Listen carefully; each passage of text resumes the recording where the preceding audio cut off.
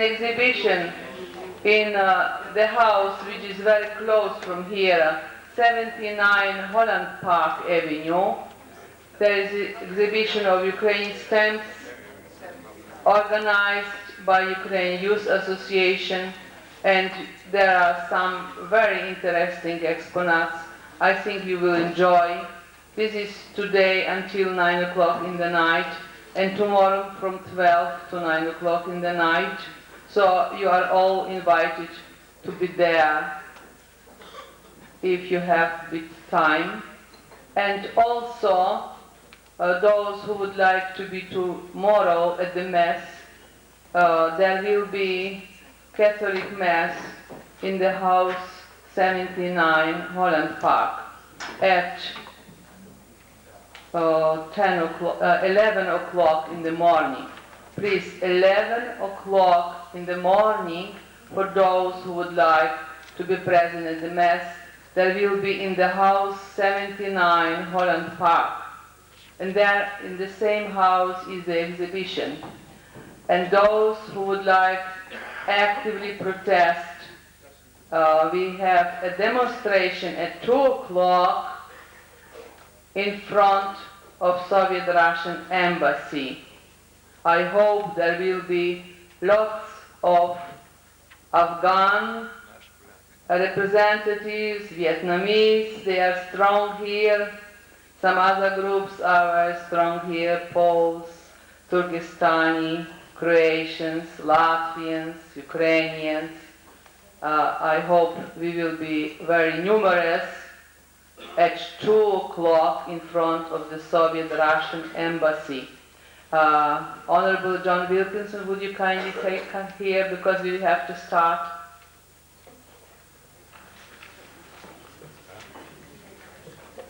Well, ladies and gentlemen, if we can resume, I would like on your behalf to welcome Mr. William Murphy, who is our next speaker.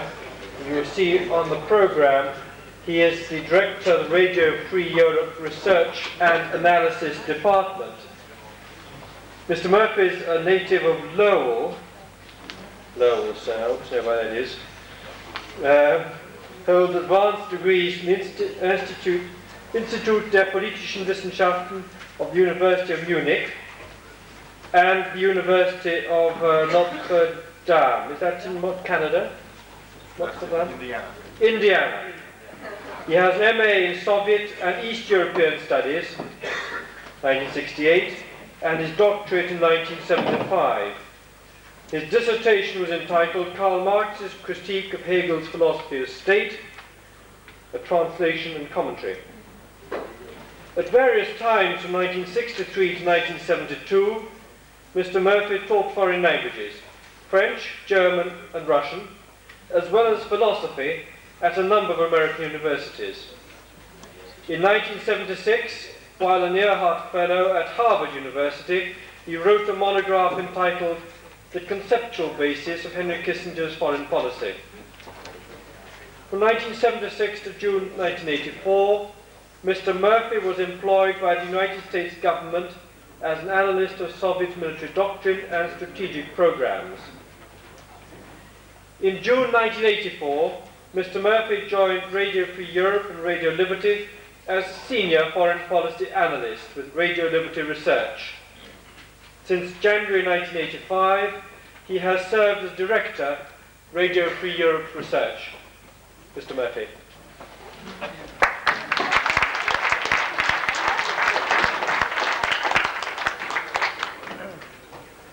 Thank you most kindly, President and Mrs. Dipsko, the Honorable Messrs. Wilkinson and Teletsky, members of Parliament, members of the Presidium, delegates to the European Freedom Council and the anti-Bolshevik bloc of nations, ladies and gentlemen. It is a great pleasure for me to be here and to express my gratitude for your warm hospitality. Let me convey the greetings of a number of people known to you from Radio Free Europe, Radio Liberty, Incorporated in Munich. Ambassador Frank Shakespeare in Portugal asked me to convey his warm greetings to this meeting, as did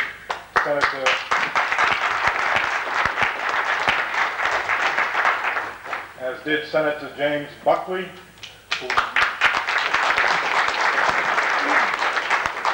very much wished to be giving this address this evening, but who is in the process of moving back to the United States, where he is going to be a judge in the Second Circuit Court of Appeals in Washington, D.C.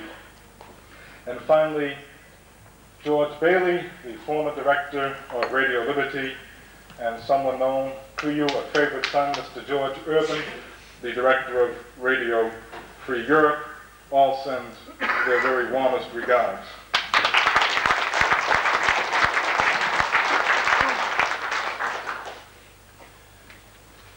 This evening I'd like to say a few words about the structure of Soviet disinformation and psychological warfare. A few words about the connection between what you are calling at this conference the low and the high frontiers, and finally give you some insight into how we try and respond to our target audiences, the 21 services to whom we broadcast behind the Iron Curtain, in explaining and making the case to the captive nations on behalf of President Reagan's Strategic Defense Initiative. Western Europe, I hardly need to say, continues to be the major target for Soviet disinformation efforts in psychological warfare. In recent years, these efforts have been aimed at the North Atlantic Treaty Organization, and more recently still at President Reagan's Strategic Defense Initiative. Until the 1950s, the term desinformatia was used in the Soviet Union to refer to activities which they now call active measures. The term active measures itself is a literal translation from the Russian aktivные мероприятия. That's the name which is officially given to Service A, the organization in the KGB's first chief directorate, the Soviet Overseas Intelligence Arm, which is responsible for the covert element of active measures. As the Soviets use this concept, active measures covers a broad range of covert activities and deceptive practices, including spreading false or misleading information, media manipulation, the use of local communist parties, communist front groups, agents of influence, and other operations aimed at promoting Soviet foreign policy goals while undercutting those of Moscow's opponents, chiefly the United States. Perhaps the most important characteristic of the Soviet active measures program is its very high degree of centralization and integration. There are three basic organizations responsible. Each of these organizations pursues its own programs, but these programs are carefully orchestrated and integrated into an overall campaign. The Soviet Communist Party's International Information Department, which was established in 1978 under the directorship of Leonid Zamyatin, largely as a response to the quickness with which the United States, in the arms control talks throughout the 1970s, was able to respond to public and press questioning about the progress in the talks. This International Information Department is responsible for developing and overseeing the implementation of Soviet media campaigns. This department plays a decisive role in deciding what aspects of Soviet policy to discuss openly and how to present those aspects to various international publics. I happened to see the first evening here in London, the BBC did a very excellent reportage on Soviet television today. And Mr. Vladimir Posner, who speaks flawless American English, was a guest on this program. And he had an answer for everything, except for the question posed by one of the journalists as to whether the Soviet public was informed about the nature and the extent of the Soviet program in strategic defense. And of course he professed complete ignorance about any such program and denied that there was one in the Soviet Union, as they regularly do. But in doing so, Mr. Posner was taking his directives from guidances which are prepared by this International Information Department and which are circulated on a regular basis to all Soviet media personalities, press, radio, television, and public speakers as well. The principal task of this International Information Department is to present Soviet views to a variety of international publics, and to counter the free flow of information generated by Western media. Soviet officials frequently write for the international press, travel to the West, offer propaganda lectures as well as interviews, and address meetings of International Communist Front organizations. A second organ of the Communist Party, the International Department of the Central Committee, under its chief, Boris Ponomaryov, coordinates the activities of the various front groups and bilateral friendship societies, as well as the role of non-ruling foreign communist parties and foreign revolutionary groups. Finally, the third organization which plays a critical role in Soviet active measures is Service A of the KGB, which provides covert support to Soviet disinformation efforts. And that support takes the form of covert, that is to say, falsely attributed propaganda, including oral and written disinformation, forgeries, and agent of influence operations. Since much has been in the press in recent years because of a much more intensified Western campaign to publicize Soviet activities in these areas, I'm sure I don't have to define these terms for you. The process of active measures begins in the Central Committee of the Soviet Communist Party, where disinformation themes and campaigns are conceived. The task of executing these campaigns falls to a variety of agencies. The official press organs, Pravda, Izvestia, but also other press organs, TASS, Novosti, the international wire services, Soviet press attachés in foreign capitals, and the KGB. Foreign communist parties and front organizations are asked to plant and circulate false stories in the local media. Some journalists are paid by the KGB to disseminate the Soviet line. Others don't need to be paid because they are sympathetic to Soviet goals. Both in the developed and the developing worlds, the KGB has actually come to own local newspapers without the knowledge of the local reading public. Overall, it has been reliably estimated that some 15,000 people in Moscow alone work in the active measures program, whether in a full or part-time capacity. And conservative estimates of the cost of the program in United States terms range from $3 to $4 billion a year.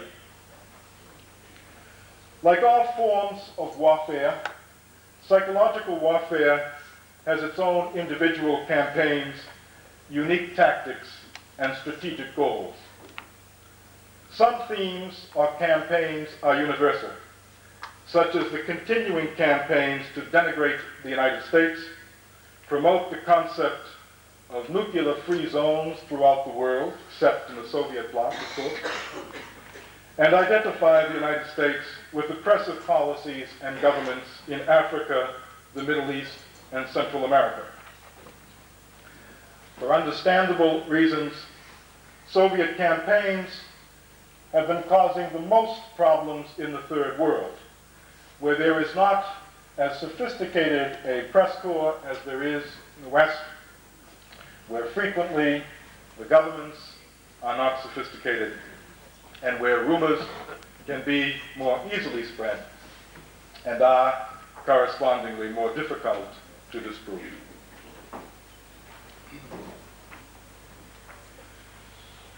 Western Europe, the area of primary concern, certainly to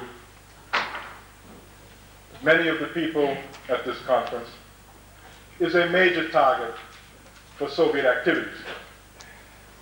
The principal target of Soviet active measures in Europe has been the NATO alliance, and its top priority at the moment is to stop or limit President Reagan's Strategic Defense Initiative. The Soviet campaign against the Strategic Defense Initiative has been aimed at frightening NATO allies into believing that SDI means the withdrawal of the United States nuclear umbrella, which for decades has protected Western Europe from Soviet nuclear blackmail. The anti-SDI campaign also seeks to encourage European and American anti-nuclear groups to view the SDI program as threatening an increase in the nuclear arms race, when in fact the program promises to do the opposite. Most recently, the campaign has moved into the economic arena, raising fears of a brain drain from Europe if the United States begins to spend heavily on strategic defense initiative research.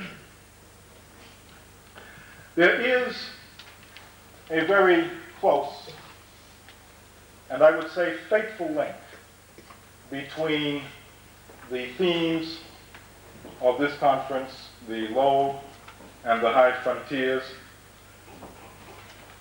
psychological warfare, and the Strategic Defense Initiative, and I think it is a compliment to the insight of those who gave this particular conference that theme. Because I am convinced, as I believe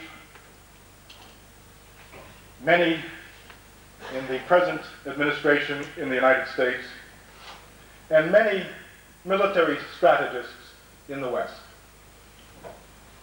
that the Western publics will not indefinitely support Western defense policies which explicitly expose them to the catastrophe of nuclear war, which continue to subscribe to the historically amazing thesis that the invulnerability of our populations would be destabilizing, and that the vulnerability of our populations to Soviet rockets would be stabilizing.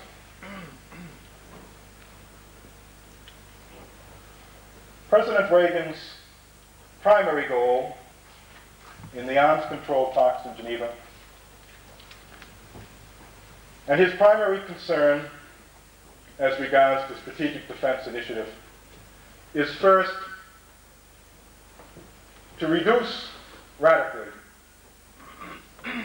the number of those offensive intercontinental ballistic missiles which pose the gravest threat to the West and which are responsible for, or could be responsible in a crisis for a very destabilizing situation. Those intercontinental ballistic missiles based on land are highly reliable, highly accurate missiles which need a scant 30 minutes to traverse continents and land within yards of their appointed targets. Think for a minute what this means for the chief political officer and the commander-in-chief of United States military forces in a crisis, or what it means for the general secretary of the Communist Party of the Soviet Union in a crisis. Early warning systems would give instant notification to the chief U.S. military officers and the President of the United States of the launch of a Soviet intercontinental ballistic missile salvo. It would take between 7 and 9 minutes to assess the nature of the attack.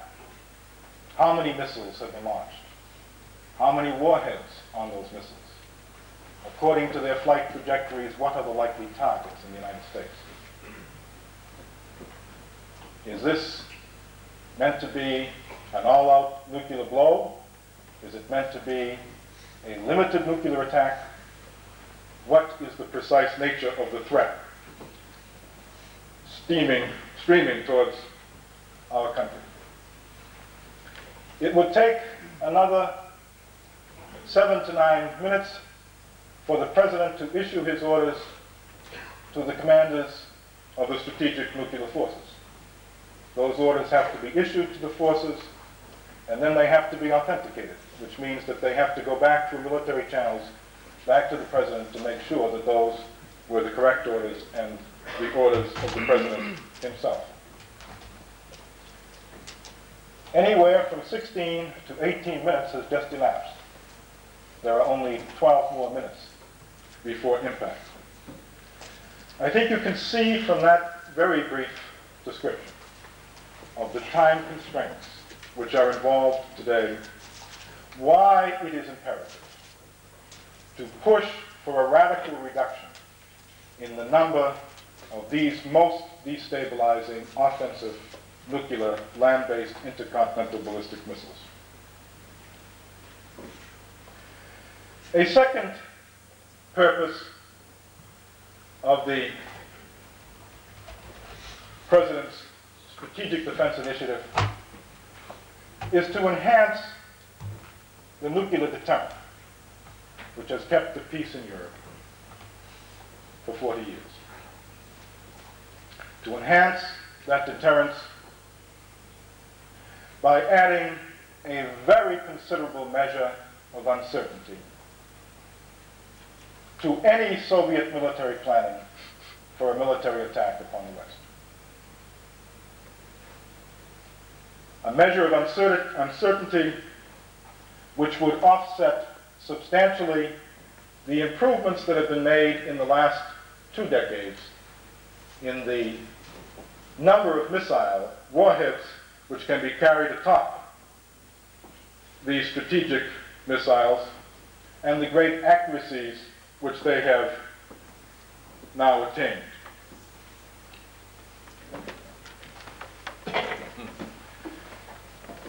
A third purpose is to provide at some point in the future a measure of protection for civilian populations, not just in the United States, but in those countries here in Europe, with whom we are closely involved and have been since the establishment of the North Atlantic Treaty Organization. A fourth purpose, one that is not often spoken about in the West, but a very important purpose,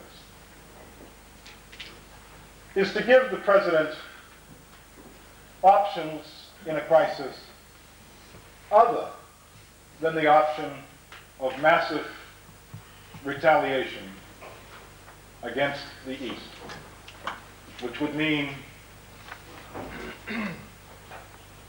massive, historically unimaginable damage and destruction caused to millions of people, millions of good people, who are hardly responsible for the regimes under which they have been forced to live.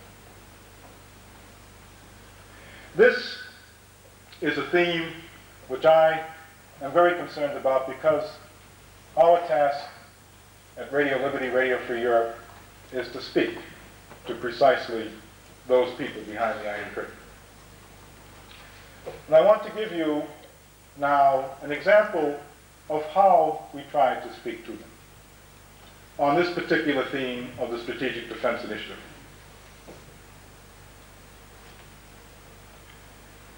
And this is raw material for a script that was used only a few weeks ago and broadcast on all 21 of the RFE-RL language services. It began with a brief statement of a major Soviet propaganda theme, which the audiences in our target areas have heard more than once. Soviet propaganda says that the United States' restless search for military superiority over the USSR, its massive buildup of conventional and strategic arms, and its plans to extend the arms race to the heavens, is bringing the world ever closer to the abyss of nuclear disaster. Plans for Star Wars, according to Soviet propaganda, are in particular designed to make it possible for the United States to deliver a first disarming strike on the USSR with impunity. Sound familiar to you, I'm sure. Our response to this, to the people behind the Iron Curtain, runs as follows. The Soviet nuclear war catastrophe propaganda theme is designed to legitimize the USSR domestically and internationally as the sole bulwark of world peace in the nuclear age, and to exacerbate nuclear anxiety in the West. Earlier Soviet attempts to legitimize the regime which emerged in October 1917, first by portraying it as the spark and model of a world revolution, and then as a model of productiveness and economic growth, have exhausted their utility. This third attempt to establish legitimacy and to justify the inordinately huge sums of money spent by the USSR on armaments by presenting Soviet military power as the only force standing in the way of a nuclear conflagration unleashed by world imperialism is both cynical and dangerous. It is cynical because Soviet leaders themselves, no less than their Western counterparts, do not believe that the world is on the brink of nuclear war. There is absolutely no evidence whatsoever that Soviet leaders, for all their bluster and cries of alarm, actually perceive a direct threat to the Soviet Union. I have been, when I worked for the United States government, a participant in some talks with high Soviet officials. dismiss very quickly the question, but not for propaganda.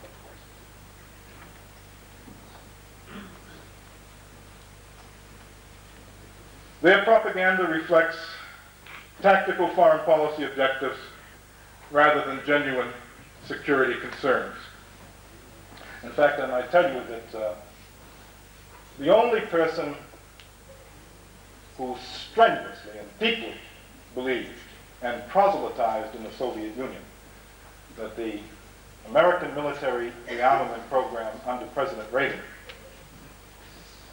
was directly designed for purposes of direct attack upon Soviet territory was Marshal Nikolai Vasilievich Bulgakov. And although, of course, it has not been publicized in the Soviet Union, that was one of the major reasons for his removal.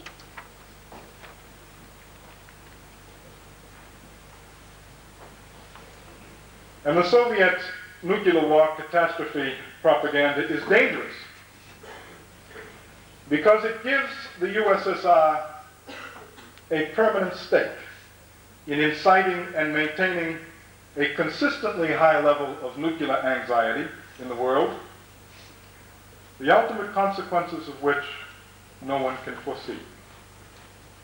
At a minimum, the stridency of Soviet war rhetoric required by this scare tactic cannot but serve as a major impediment to relations with the West and cooperation in those limited areas where cooperation is both desirable and possible. Not least, the propaganda campaign is both cynical and dangerous in its consequences for the people behind the Iron Curtain. Soviet propagandists cannot prevent the nuclear war catastrophe theme, which they primarily intend for Western audiences, from blowing back into the USSR and alarming their own domestic public.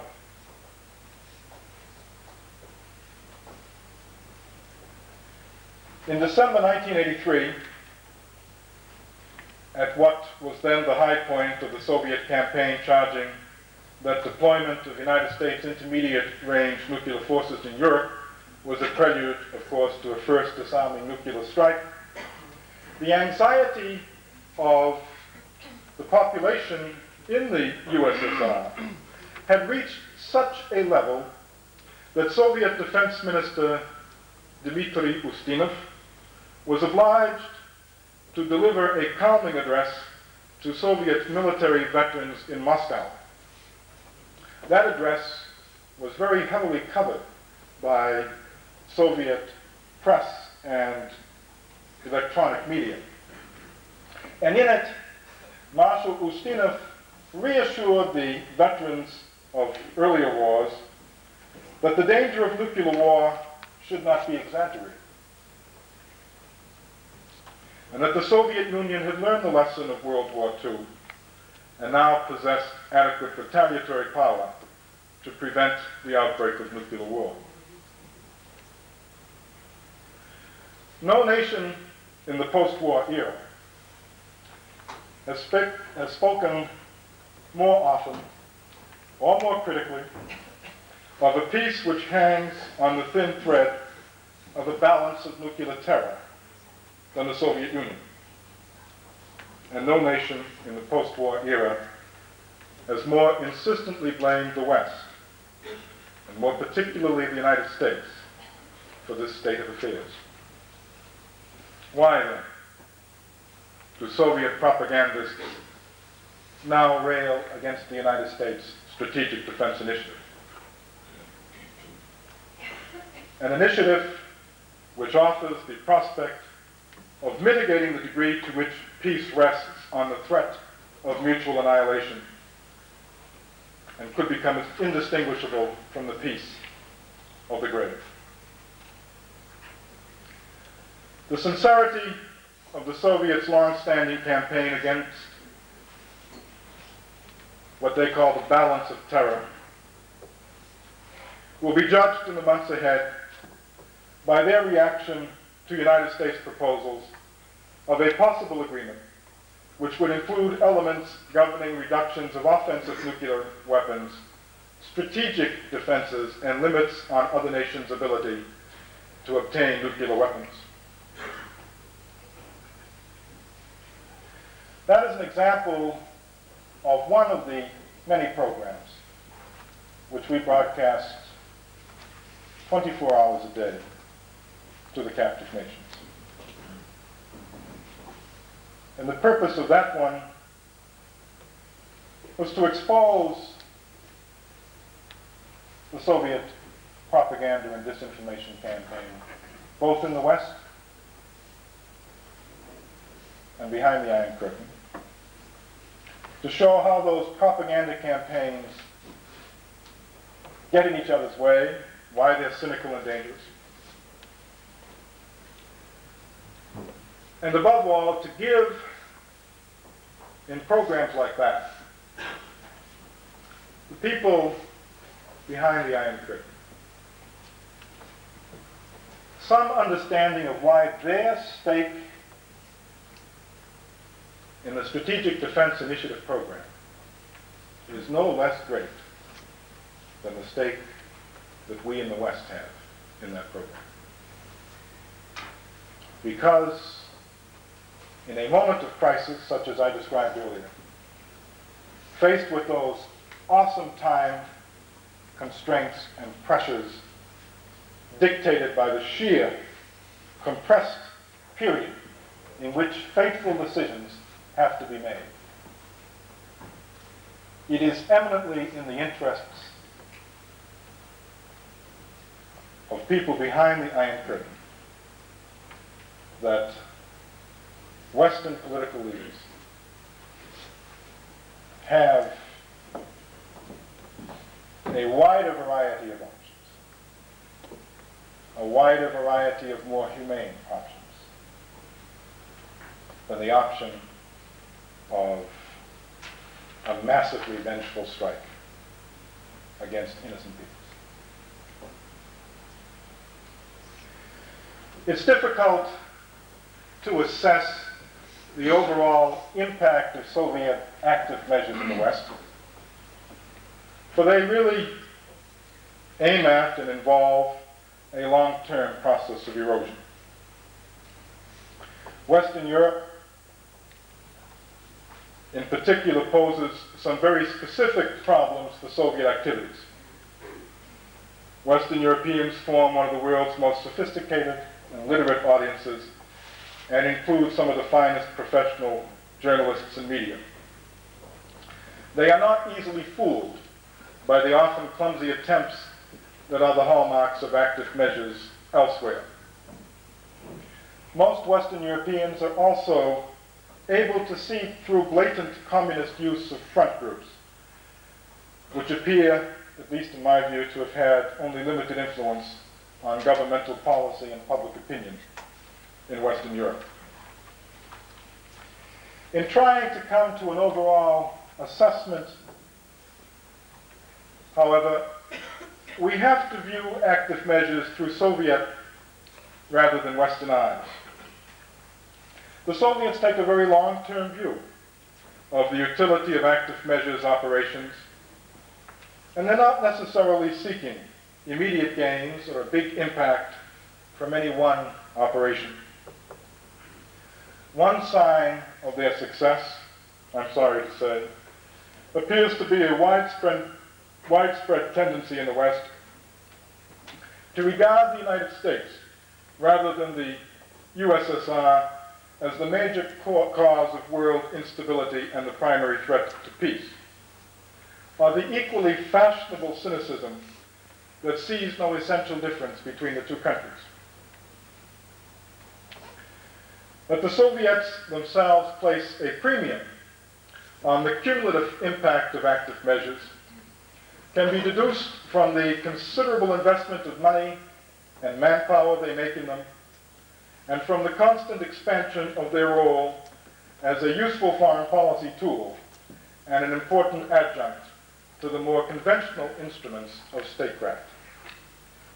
Thank you very much.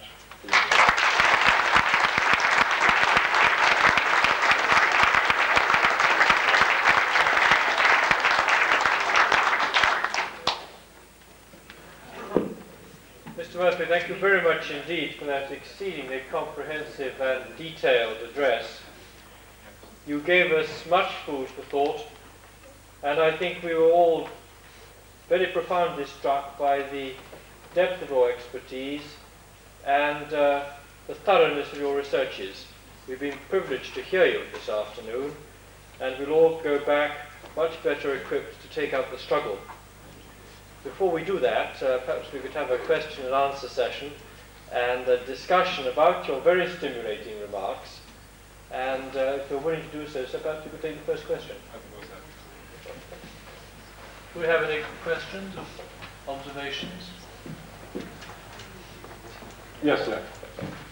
I think it is interesting that in the present circumstances, Soviet manipulate disinformation by the media, particularly radio, press, and does this United States take any measures in present circumstances? Yes, sir. May I suggest, sorry to interrupt, that you use the microphone and then your remarks will be recorded and they can go in the transcript. And your name and organization, sir. My name is Tamoshunas, Lithuanian. In the present circumstances, in the high technology, as I see it, Soviet Union exploit also the free use of the press, radio, and other media.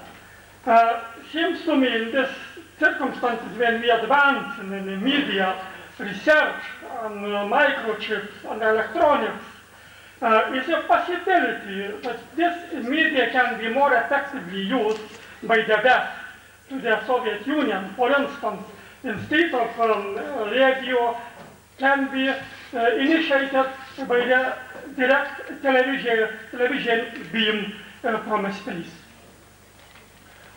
That we can broadcast more effectively to the Soviet Union, is that what you are? In initiating different means, for instance, instead of radio, could be initiated by the television in a space, placed in a space, so they can reach much wider area in Soviet Union, in the populated areas particularly. Yes.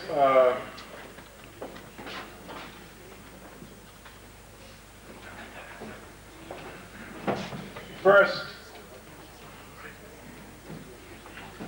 let me say a word about the modernization of radio communications to the Soviet Union and the Eastern European countries, and also now to Afghanistan, with the establishment a few weeks ago of Radio Afghanistan and Radio Free Europe, Radio Liberty. The Congress of the United States, as you know, is faced with an astounding fiscal deficit. And there have been very few programs reviewed by the Appropriations Committee in the United States Congress in the last year and a half, which have not been cut in some way or another. Notwithstanding that fact, as a measure of the seriousness of the United States government and Congress about communications to the people behind the Iron Curtain, they have supported a $70 million modernization program for radio transmitters to ensure that the kilowatt power of the radio signal, which we are trying to put into our target countries in the face of Soviet jamming, will be sufficiently strong in most instances to overcome that jamming. As to the question of satellite television broadcasts, that is theoretically possible and practically possible now. Television programs could very easily be beamed from satellite anywhere on the surface of the globe. As you know, the Soviets have already tried to stake out a position on this matter, and former Foreign Secretary Andrei Andreevich Gromyko at the United Nations hinted that, or said flat out, that attempts to place television programs from satellite into the area of the USSR would be considered hostile interference in the internal affairs of their country, and he hinted at possible direct action being taken against such satellites and such attempts. But this is something which is theoretically possible now. There are people who are very interested and who are working on this, and I would not be surprised if someday in our lifetime the West will challenge the Soviet Union, not just in the ether as we have heretofore, but we will challenge them in a more direct and in a more immediate way through the powerful medium of television. But that is something which exists in the future. Thank you, sir. Next question. I am interested in this question. Could you come up, sir, and use the microphone as we said we wouldn't like to miss your words being recorded with Well, I posterity. hope you will understand my accent.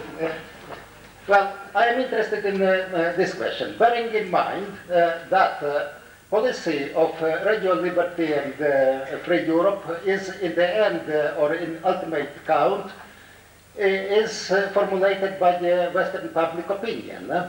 And the speaker just mentioned the fact that Soviet agents of influence have a free hand in Western countries, and all the agents who implement active measures do influence public opinion.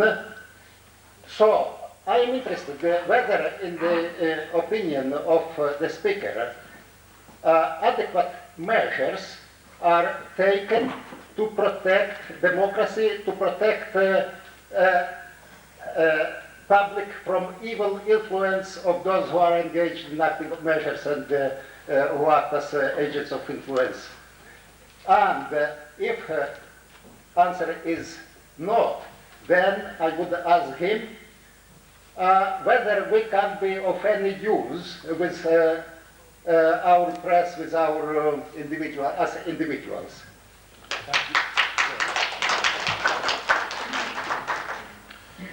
A very good question. I would say that until about 6 years ago, the whole question of active measures and disinformation was something discussed only by people who either had direct experience of the influence of these measures from their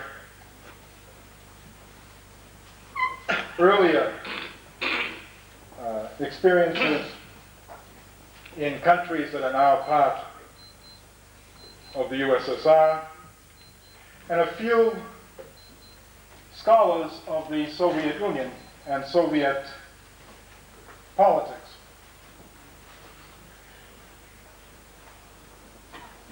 And until 6 or 7 years ago, I would say that most Western media, press and electronic, were largely innocent of the extent of Soviet efforts and the degree to which, in many instances, those efforts had been successful.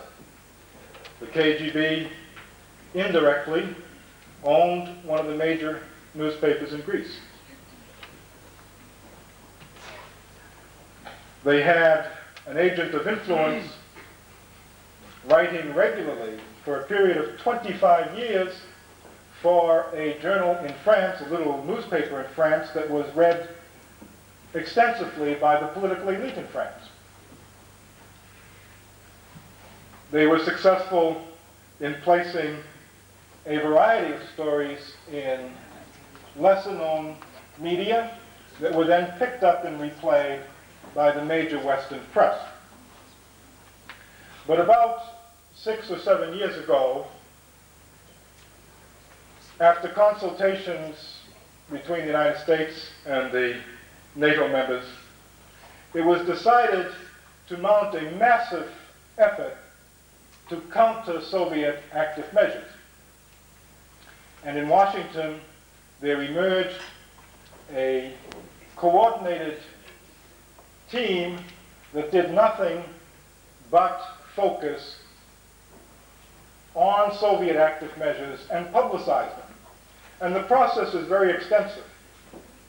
All of the Western embassies behind the Iron Curtain, as well as elsewhere, have as one of their top priorities for reporting purposes instances of Soviet active measures. When Mrs. Gandhi was assassinated, and the stories began to emerge that it was the result of an operation by the Central Intelligence Agency, that story was picked up and reported back to Washington.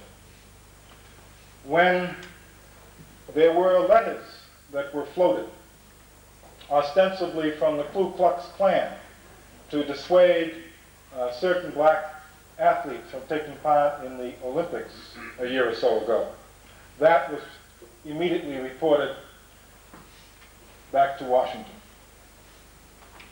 From there, those examples of active measures, as well as all of the examples which are discovered through covert means by the Central Intelligence Agency, are pooled together and analyzed by the United States intelligence community, by the State Department, the Defense Department, and put together in a publication after it has been sanitized, so that the sources and methods used to discover Soviet activities in these areas are not betrayed. It is put together in an unclassified report form and published by the State Department on a quarterly basis and sent for distribution to all of our embassies overseas, and given a great deal of press play. And I would say, based on my personal experience, that when I first began working in Washington, it was a very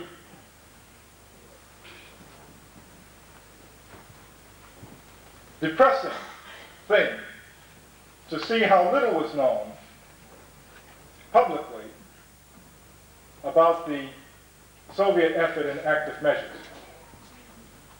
But I'm happy to say that with this new intense effort to send briefing teams all around the world to publicize the report in the print and electronic media, that more and more people are savvy, more and more people are aware of Soviet efforts.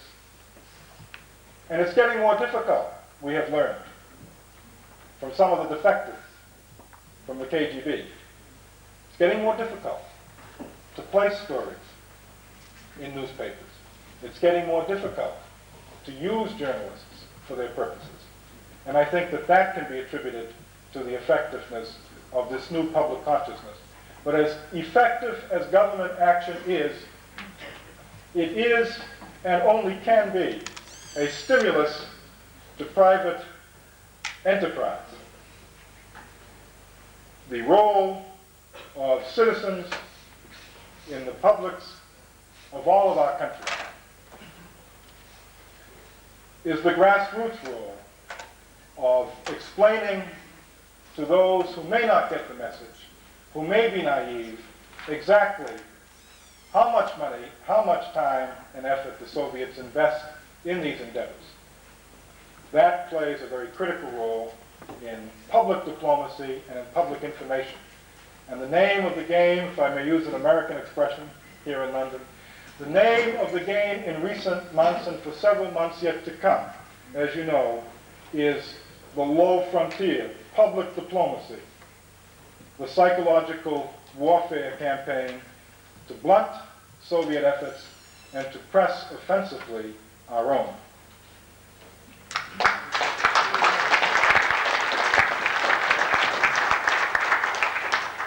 Against the back wall, sir? Could you come to the front, just use the microphone, sir?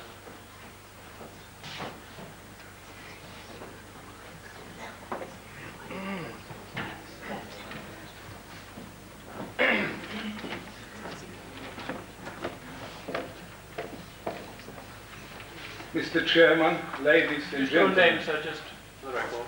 Pardon? Name. Oh, Rafaluk. Just your name. Paul Rafaluk. Come on. From Nottingham. Mr. Chairman, ladies and gentlemen, our speaker mentioned about the psychological warfare, but unfortunately the picture is like this. The Soviet Russians, they launched the psychological and ideological warfare against the West. Their offensive in the best of communism. But as far as West is concerned, what is happening? The West is always in the offensive. While the Soviet Russians are trying to break the will of the people in the West, in the free democracies, the West, what they are trying to do is not to offend the Soviet Union, not to offend Moscow. Well, I give you one example. The Ukrainians in this country are campaigning for the Ukrainian broadcast to the Ukraine in Ukrainian language since the last war. And one of the foreign ministers, he answered like this. Actually, not direct, but he said he can't afford to let the Ukrainians broadcast to the USSR, to the 40 million of Ukrainians, because this would offend the friendly country. So it means the friendly country, the USSR. And this is the situation. Nobody expects the Western powers, the United States or Great Britain or the others, to start a nuclear war against the USSR to liberate the enslaved nations. But this can be done from the within of the USSR, if the West was strong enough, has enough will to launch this psychological warfare against the USSR, against the people. For instance, Ukrainians, they are really starving for uncensored news. They want to know, even what we are doing now. Things like this, if they were broadcast live to the Ukraine or the other countries, this would be something like a nuclear bomb within the USSR. But it doesn't go. Anything, even if anything that does go, is so censored that people hardly can understand. When we tried, I personally wrote quite a number of letters to the BBC, and they say, well, it's the matter of the government. They allow the Russian broadcast, but not the Ukrainian. We are not. Once I asked, can we have a religion broadcast, for instance, Easter service to the USSR in the Ukrainian language? No, this can be done only in Russian. So it's simply not to offend the Russian, not to offend the Russians, not to offend the Russian imperialists. This is the way. And if this is not changed, well, it's not only today the people that are subjugated by the Russian Bolsheviks are paying for it. But in future, if the West doesn't change their attitude, the people of the West will pay for it. Thank you.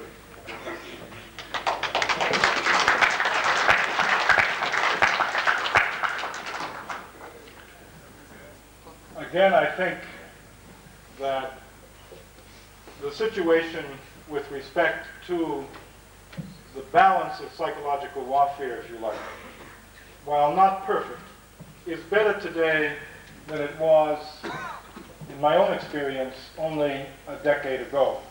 And let me tell you why. First, on the level of the top policymakers in the United States, and of the United States public, with which I have more contact than I have here in Europe, there has been a sea change as regards the nature and the likely duration of our historic confrontation with the Soviet Union. If you look back in all preceding decades since the United States recognized the Soviet Union in the early 1930s, you will see a cycle of high hopes and high expectations in the United States, met with ambiguity and disappointment. And then in the next decade, the cycle repeats itself.